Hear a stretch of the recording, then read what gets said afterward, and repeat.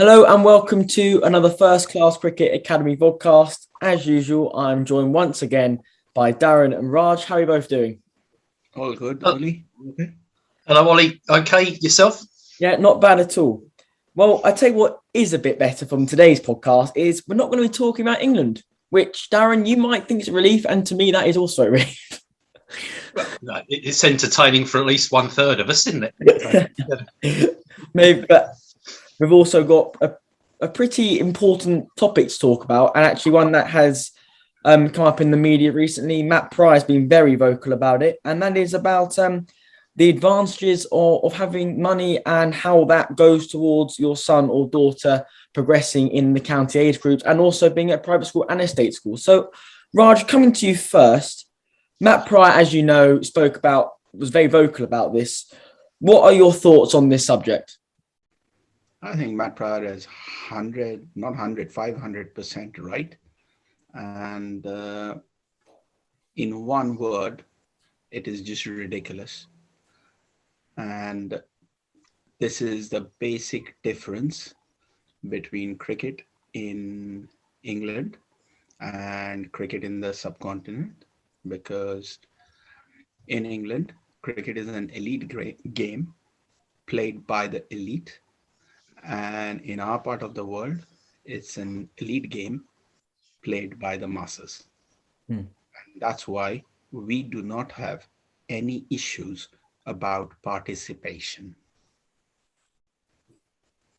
Darren, anything to start off this conversation? Do you agree with what Raj said? Have you seen what Matt Pry said on BBC?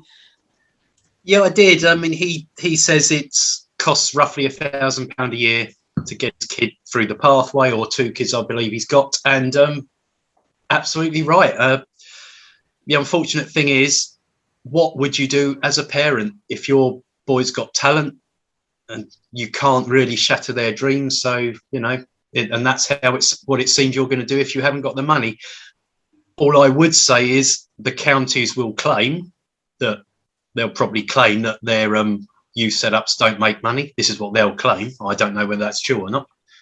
And they will say they don't have the money to pay for this. So, but then the ECB's not short of £1 or £2 if they like the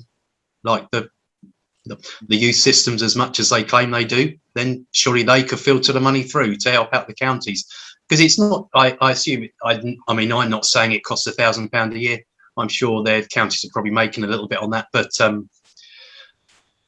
the ECB should help to fund this, I think. Raj? Right. First thing, this is basic of growing up.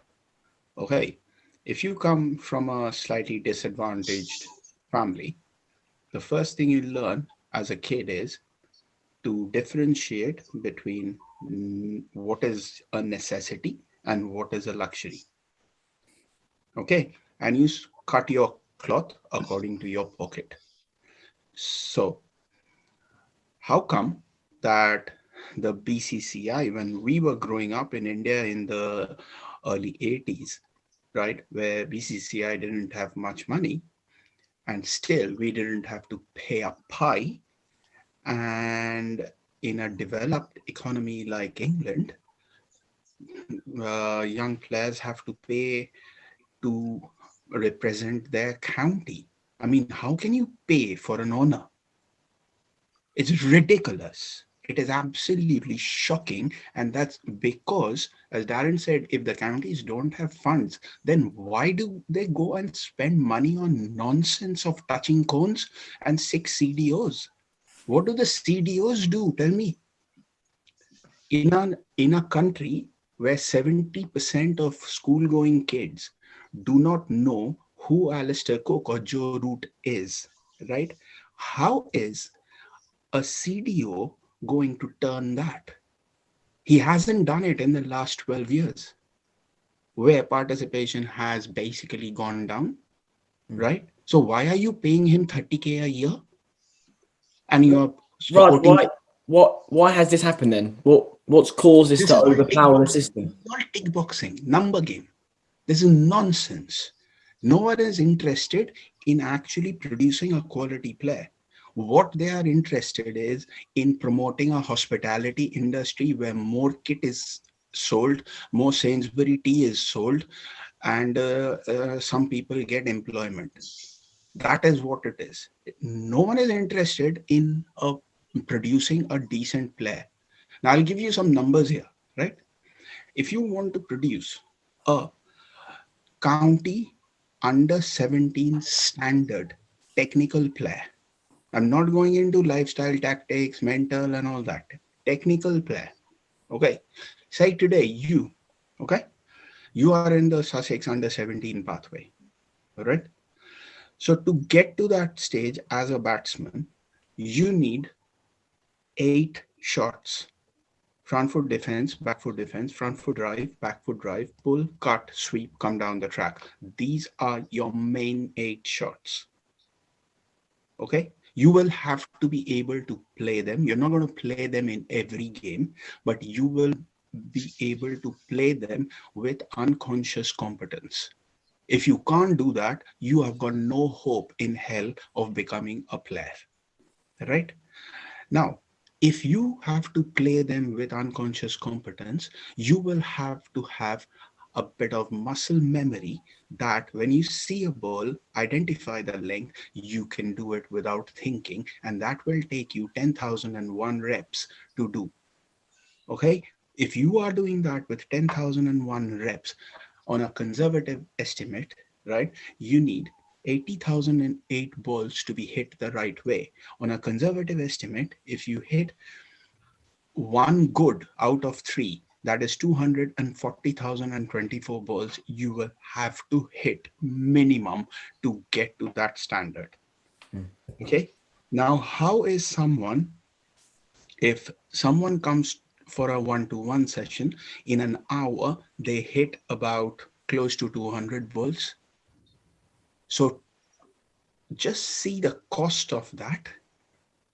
So that is about 24,000 pounds to hit 240,024 balls. How is it fair? And it is God's unwritten law in most cases. The guys who can actually play cannot pay. You go all over the world, you see the Maradonas, the Neymars, the Ronaldos. Where do they come from? What sort of background do they come from? Well, Raj, actually, it's funny you're touching on the background. I got a little stat here, and that is in football, in international football, a total of only 6.7% of them went to private school, and a total of 86.7% went to state school. But then, I reflected on that onto men's cricket in England, and that's a total of 62.5% are at private school, and only 37.5% are state school. Why is it different? It has to be different because there is no cricket A in the state schools, and they try and all these programs like Chance to Shine and whatever. The thought process, as most things, is very good, but the implementation is absolute crap. I have done Chance to Shine sessions in schools, and I speak from personal experience. That if it was done in a way that you go into a school, identify in the first 2 weeks the best 16 players across the age groups and coach them for the next 10 weeks, 12 weeks, whatever it is, it makes sense. But at the moment how it is done, you just go out every week and there are 30 kids who most of them are trying to hug and kiss each other, and you are trying to do underarm pickup in there. It's ridiculous. Darren, you've been involved, am I right in saying, in a pathway system when you were younger for Surrey, am I right in saying? 2 games, yeah. So, did you have to, for those 2 games, did you have to do anything for those games, or was it just you were picked? Did you have to sign up? How did that work? No, just picked, went to 1 training session, played in 2 games. It was a similar situation there. Probably we weren't paying for tracksuits and things though. I mean, I don't know whether that was just a Surrey thing at the time. Surrey have a bit more money, or seem to have a bit more money. There was only 2 of us out of the 16 from state schools. We were both from the same school that I went to. But I at the time, and it's probably quite similar now. I mean, I was lucky at my school. I did have sort of a games teacher who's very keen on cricket and did play it at quite a good level. So we actually got coached. But the majority, as now I believe, the majority of decent coaches aren't at state schools, and state schools don't have the finances to pay for an individual cricket coach. So the best coaching is at private schools. And that's, I mean, especially down here. I mean, I think if you look at the England side, there's 2 or 3 of the current squad are from state schools, and they're all from northern counties. So I think that's a situation that cricket just, I mean, I was at school 30 odd years ago, and cricket wasn't big in state schools then. So it's surely even smaller now. Even with, like Raj says, chance to shine isn't really coaching cricket. It's getting 50, 60 kids to run around a little bit and throw a ball at them. That's pretty much all chance to shine is. So, Raj, anything to add from your experiences from coming up in India? I can tell you that I got into the pathway in India as a 13-year-old. And since then, till the time I finished, I have never paid anyone. None of my batchmates have paid anyone for our cricket. Not coaching, not kit. Actually, you get paid to play quite early back home. If you're half decent, you start getting paid to play. But this system of paying to play, and that too county cricket, where it is an honor to play, right, is just ridiculous. Also, I don't agree with this fact that you have a county under 10, 11, 12, 13. It's absolute nonsense. What it does is creates unnecessary pressure on kids. It's one-upmanship between parents, and it's absolute nonsense. What do you know at 10 years old? A boy is just learning to play, or a girl is learning to play. They should be taught how to play the game, not think about boundary options and stuff that we hear. It's absolute nonsense that goes around. I have seen a county session, right, where I was coming out after doing a session and the under 10s were there, right? Now, most of these under 10s can't bowl 2 balls in one net, okay? And at the end of the net, they all stood there with pens and papers. So everyone is going and bowling a ball and coming back and writing something on the paper. So I asked the guy who was running the session in those days, and I said, what are they doing? And he said, KPIs. This is actual story. So I just acted a bit blonde, and I said, right, I don't understand. What is that? He said, key performance indicators. I said, they can't spell that, right? And he said, they are finding out their KPIs. I said, 10-year-olds, they need to bowl the ball in straight, learn to bowl the ball straight first. So what are they doing? 10 years old county cricket? It's a joke. Why do you need 10 years old to play county cricket? If someone is good at 13, he can play up and play under 15. That's it. Under 15, it starts. Before that, you can have coaching, you can have matches at club level where they learn to play, not chase targets. They need to be learning to play with an outcome of all 3, win, lose, draw. So they understand how to bat, how to bowl, how to set fields. Not this 10-year-old kid coming to me crying with his dad saying the coach at the county has told me that I don't have boundary options. You're having a laugh. Boundary options as a 10-year-old? That's like telling a kid who hasn't reached puberty to be the movie star in an adult movie. It's ridiculous. Darren, I'm going to touch on one thing that Raj did mention there, and that was the pressure. Now, I think pressure can come in many different ways in cricket, as you know, and as we all know. Is there that pressure? Let's say you get into some pathway. I'm not talking about England, I'm talking about anywhere, okay? Some cricket pathway, that might be club pathway, county pathway, international pathway, anywhere. And their parents are having to pay a significant amount of, money to keep their son or daughter in the pathway. If their son or daughter gets into the pathway, does that not put some pressure on the parents? Because then the parents need to make sure they try and keep the money up, and they also need to find the money maybe to keep them in there. Absolutely. Let's go back to what I said earlier. It must be horrible for parents who, I mean, you are, if you don't find this money, your child has a dream of playing professional cricket, and get any kid who gets into that pathway system, regardless of how good or bad they are, once they've got the tracksuit on, that's what they're thinking. That's what they're believing. So if you don't find that money, you're crushing your child's dream as such. And I mean, it must be even worse because cricket is quite a, family orientated sport. There are loads of them. We coach loads of them where there's 2 brothers, 3 brothers, 2 brothers and a sister. And ability wise, this often happens that they're fairly similar in abilities if they've come from a cricket family.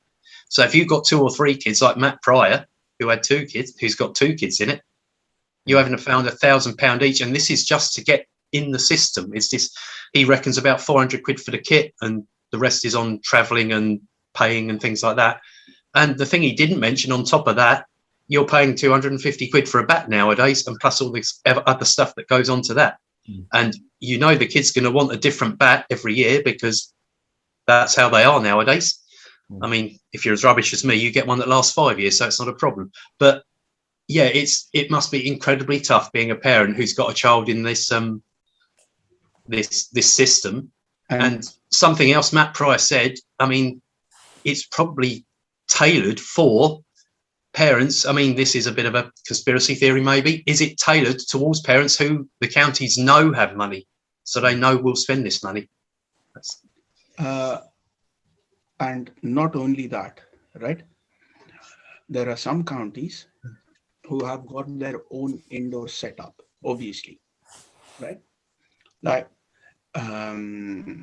Sussex now don't do that because Hove is out of bounds for private coaching and that sort of stuff. But there are other counties where if you don't go and have 1-to-1s either at the county ground or with someone who's quite close to the hierarchy in those counties, then you, no matter how good or bad you are, you will not be forwarded up the chain.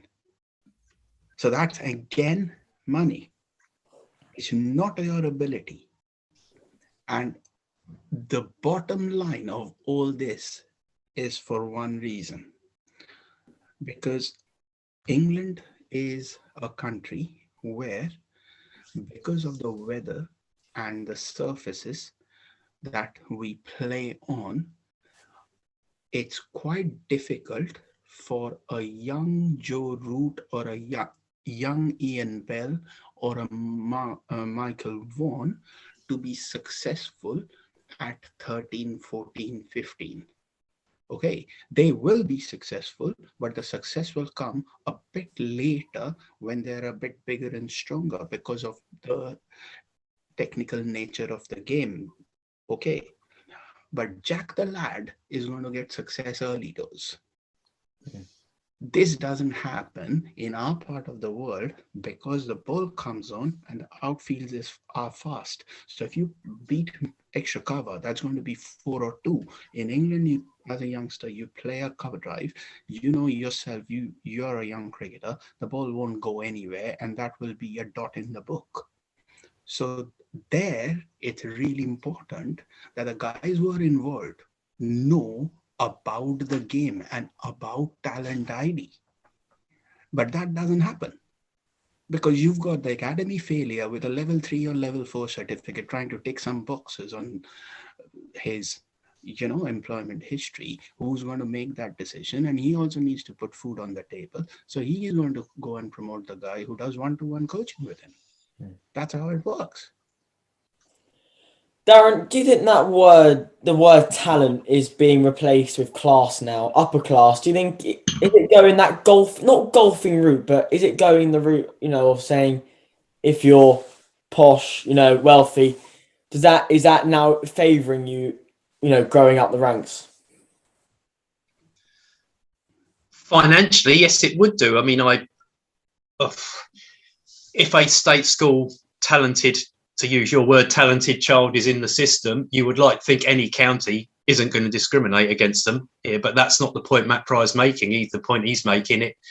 The system discriminates against state school children because they don't get the coaching, and often the parents don't have the money to send them through these systems. So the question, again, take it back to earlier, do the ECB need to fund something here? Which I think they probably do, especially for the smaller counties who are not as financially solvent as the top 5 or 6 are. Raj, how hard would that be to address? I don't understand one simple thing. How can, in our part of the world, when money was not there,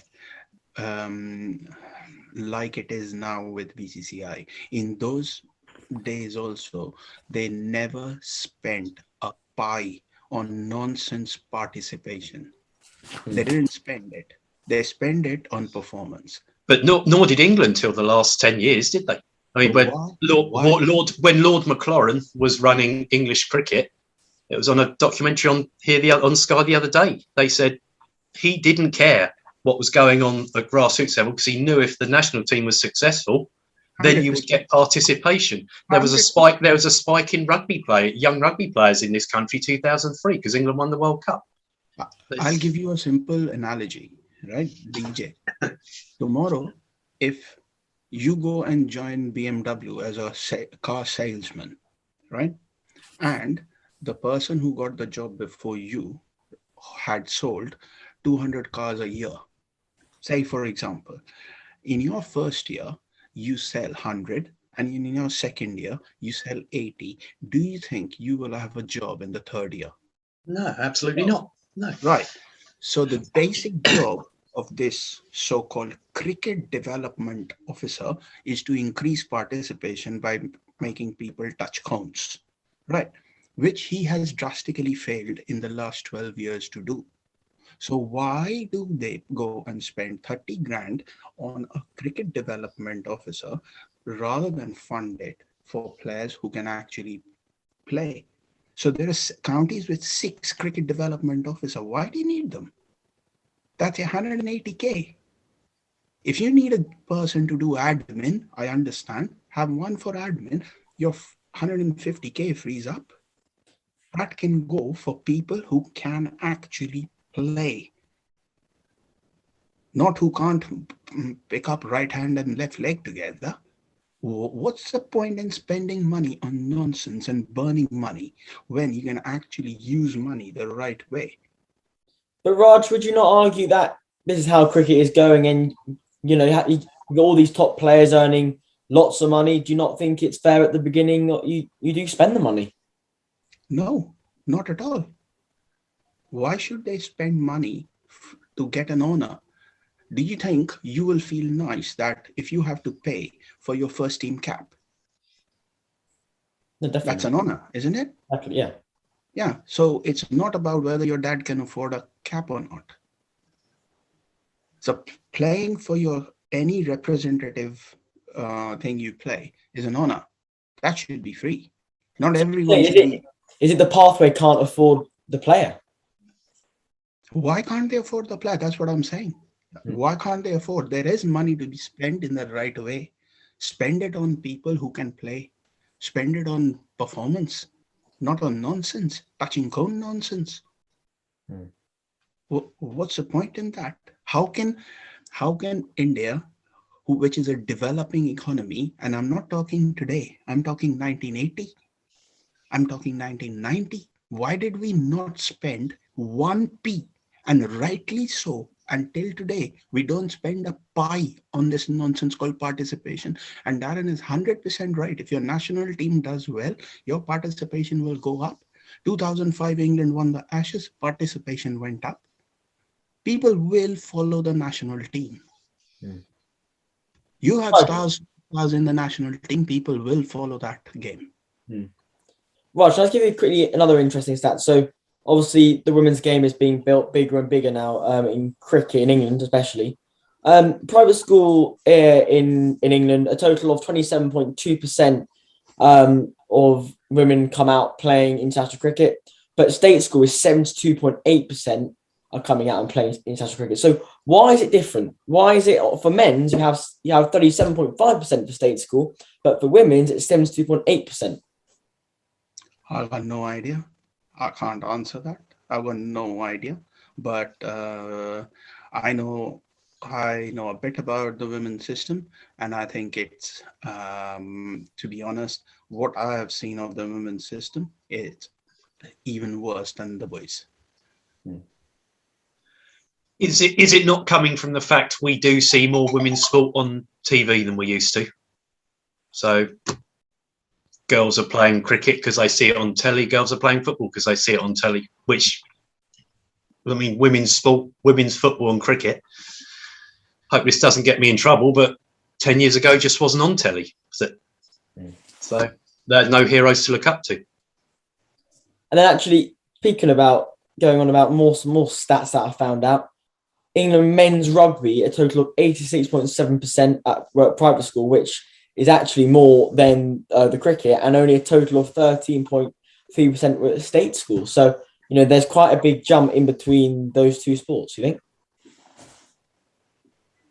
Raj, down, one of you, do you think? Yes. What are the two? What's the biggest winter sport at most fee-paying schools? Rugby. What's the biggest summer sport at most fee-paying schools? Yeah. Cricket. It's not. It's probably not the case at state schools. So I think that's where you're getting those figures from. I give you one thing, right? If you see an ex-cricketer who's a proper cricketer, right? Not the £4.50 player. So you see in this area in Sussex, right? You take all the private schools. You've either got a first-class player or ex-test player as the head of cricket coach, whatever. Okay? In this country, once a player finishes, he goes three ways. Either he goes and does his business, which with the contacts he has built during his playing days. He goes to top-end coaching, which is in the professional game, or he goes to a private school. Right? Why doesn't he go where he is needed the most? Why doesn't he go? He is needed the most at the county age groups. He's not needed that much at private schools because only 1% of students who leave private school will continue to play cricket after they have left private school. Okay, and I'm talking Premier League cricket. I'm not talking Division 9 cricket, which doesn't matter whether they play or not. Okay, so 1% are going to play that. So all that experience is wasted in an environment where majority are not going to go and play. Right? Now, why is that? Because the payment structure at the counties at age group level is peanuts. I have done 7 years of coaching at county cricket, right? For a game in Suffolk, which is 3 hours drive from Sussex, right?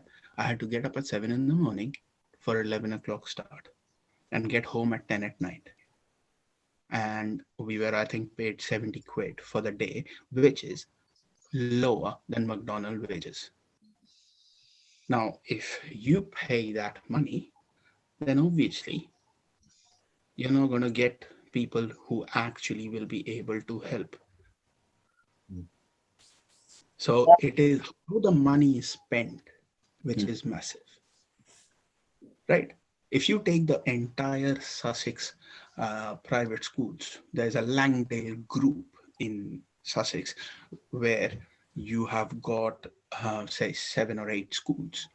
And almost every school has got someone who has played more than 30 first-class games. And some have played 300 first-class games. So in total, you have got an experience of about 1,000 first-class games or more. Now that experience, if that came into the county pathway, how much better would it be for the upcoming player? Yeah. And then the guys who haven't played that level, they can go and coach at the club level, which takes out the volunteer who is standing at the back of the net and saying, good shot, well bowled, right? And you actually get coaching in every stage. Darren, anything to add on to that? No, not really. Just to agree with Raj. I mean, I've always been a big fan of ex-first class cricketers should be coaching at age group, especially because that's where you mould your cricketers. That's where you mould techniques, and so that's where you need them when your youngsters are 14, 15. That's because they're, in my opinion, they're the important years. Because once you've got to 16, your technique's probably as it's going to be for the rest of your career, unless you try and change a few things yourself. So yes, totally agree with Raj. How about Ollie? Yeah. Ollie, quick question. The coach is nothing but a guide. Okay? So now in every historical place you go or visit, there are guides around. So you pay them and you go and see that historical place. So if you come to India with me sometime, I'll take you to the Taj Mahal and there will be a guide who's going to take you around Taj Mahal, right? Now, if that guide has never been inside the Taj Mahal, how can he be a guide? And that's exactly what happens in England. My mom gets a level 2. My sister can come and get a level 3 without even having hit a ball in her life. And then they're in charge. So they are the guides who have never seen the Taj Mahal, but they are guiding people about the Taj Mahal. Raj, I'm going to quickly just jump, we haven't got much time left, jump over to Azim Rafiq, which we haven't really spoken about much on our podcast. So I'm sure we will have one out very shortly on about what the situation as it grows it's getting larger and larger, which it is, because the Middlesex chair comments confirm that. Sorry, I've got that completely wrong.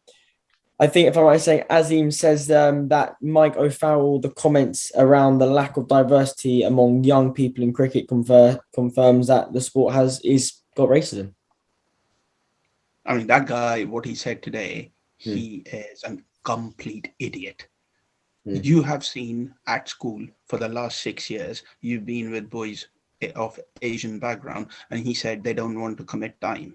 That's the biggest lie that he has said, and he's a complete idiot. And idiots like them are present in big numbers up and down the country.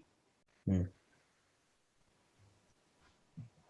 you think, Raj, is this problem just going to get bigger and bigger? I don't know whether it's going to get bigger or smaller, but has the problem even started? They're scratching the surface now. There's a lot to it. Yeah. Darren, have you got anything to add on any other subjects we've talked about just before we finish this one up? No, I'll be honest, I've only just heard what this guy said, and yeah, it's quite indicative of the fact that cricket in this country is fairly much run by middle-aged to old white guys. And until that changes, well, hopefully, touch wood, it's changing now. So we'll see where we are in a year or two, won't we? Definitely. Raj, anything to, you just talked anyway, but I'll ask you anything to add before we finish up? It's just a question of mindset. And these guys are living in the past. They're living 100 years back. They sit in rooms, have their gin and tonics and drink their coffee and talk fluff, look at presentations, and they think they know what is actually happening at ground level. They know nothing about it.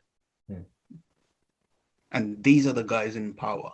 Until you get rid of these guys, like this one, whatever his name is, Farrell from Middlesex, they're there up and down the country.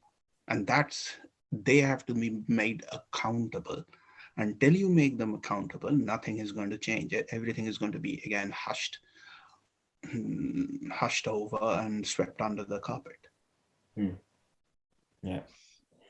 Well, guys, thank you very much for giving your opinions on what's been obviously one we didn't really cover as much, but the first one, that was very interesting.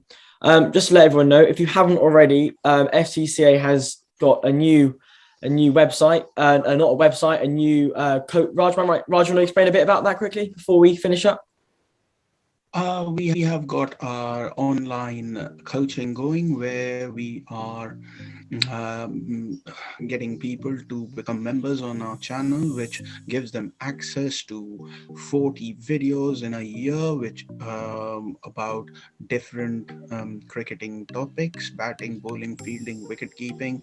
And we are getting ex-players coming in and doing sessions on those videos, as well as we have got a system where you can send your videos to us for advice and help, as well as if you want to play cricket abroad, say in places like Dubai, or come to England to play cricket or train, we can help and guide you. So there's a complete package going. We've launched it this month, and if you want to become a member, you're most welcome. Thank you, Raj. That sounds very exciting. And if you want to do that, in the description below, there is the link to the website. So please do sign up, as it is all very beneficial. Well, guys, I haven't really got a punchline to end on, but I'm sure we'll be back shortly for another First Class Cricket Academy podcast. So thank you for listening, guys. That's bye from us.